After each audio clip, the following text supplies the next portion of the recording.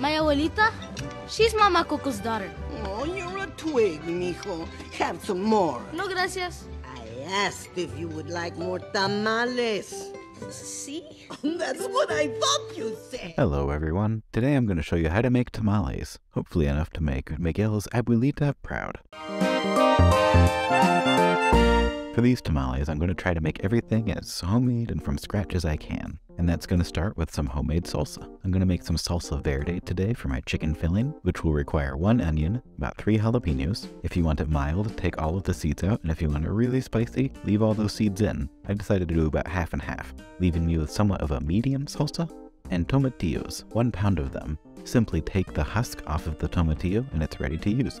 And if you wondered why I have about double the ingredients, it's because I'm going to try this salsa verde 2 different ways. One method is simmering the ingredients in water, and the other one roasting them under a broiler. So I'm going to add my 1 onion, 3 jalapeños, and 1 pound of tomatillos to a pot to add water, and the remaining 1 onion, 3 jalapeños, and 1 pound of tomatillos to a lined baking sheet.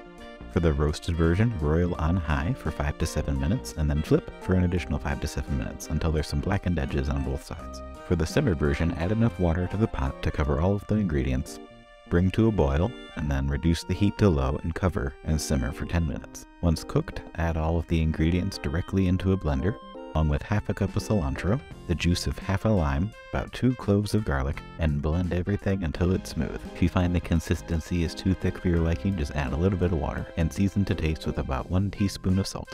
For the roasted ingredients, the process is exactly the same. Add everything to the blender, along with the garlic, cilantro, and lime juice. Blend until smooth, season with salt.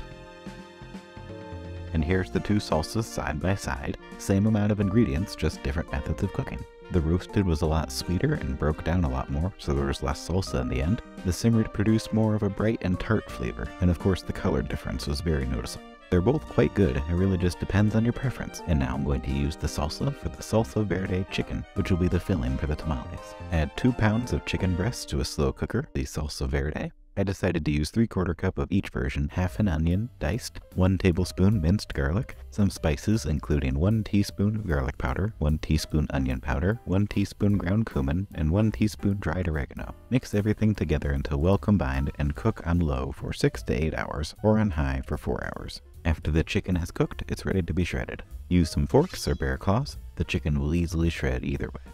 This chicken is juicy and comes out full of flavor thanks to that homemade salsa verde. And of course, don't forget to taste as you cook and make sure everything is to your liking.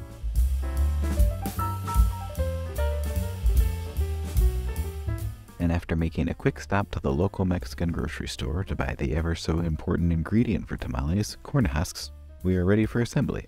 To start, soak the corn husks in a bowl of very hot water. Allow the husks to soak for at least 30 minutes. I used about 8 ounces of corn husks for this recipe. Now to prepare the tamal dough. In a large mixing bowl, add 4 cups of masa harina and blow into the bowl for fun.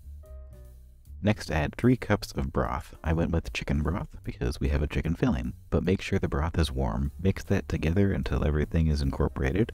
In a saucepan, add 1 cup of lard. Melt that completely by moving it around with a whisk. Once completely melted, add 1½ teaspoons of salt and 1 tablespoon of baking powder.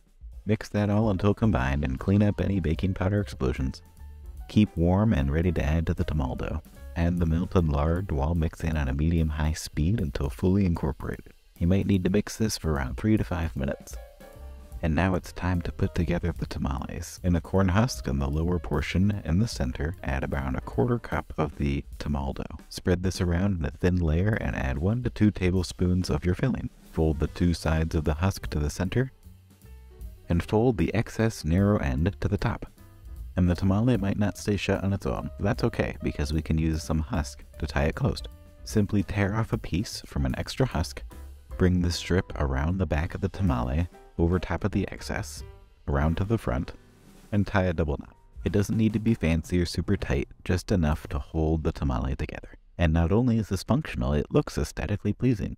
And now with the help of my wife, we're finishing up the rest of these tamales. Forming these up can be a bit time consuming all by yourself, so have some fun with it, invite some people, and make a party out of it. A tamale making party, if you will. At least that's what I would recommend you do. We did find that spreading the dough by hand was way easier than using a spoon. Just remember to spread the dough pretty thin. You don't want it too thick or it might have a hard time cooking.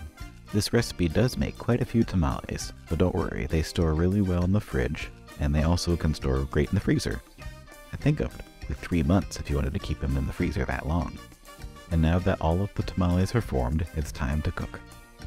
In a large pot filled with some water, add a steamer basket, as well as all of the tamales standing upright. Make sure that the water level at the bottom is not enough that it's coming through the holes of the steamer basket. You want to avoid any excess water getting into the tamales, either from the bottoms or the tops. And to help prevent this, you can use some of the extra corn husks and surround the tamales. You could layer these on the bottom of the steamer basket, along the sides. You can fold them over the tops of the tamales and use the lid to hold them down. Once everything is prepared and ready in the pot, add on the lid, bring to a boil, and once boiling, reduce to low to steam for 45 to 50 minutes. At this point, you'll want to test one of the tamales to see if it's cooked through. To do this, simply try pulling away the husk from the outside. If it sticks, it'll need some more time. If it pulls away easily, then it's all done. In my case, I had to steam everything an additional 10 to 15 minutes until it was pulling away from the husk cleanly. And after the husks pull away cleanly, they're ready to eat. Nothing left to do. Except maybe, of course, invite a few extra people to come help eat all of these tamales.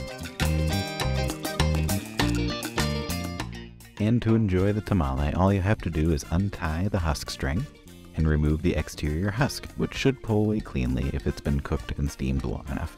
After this, you could eat it as is, or you could top with some salsa. In my case, I ended up topping with some of the extra Salsa Verde made from earlier.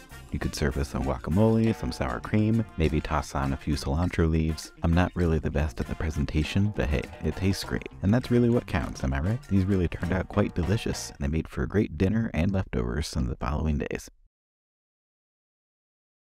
This is actually my first time making tamales ever, so if you have some advice for me, please let me know, because I'd really like to try making these again, and I'm always looking for ways to improve.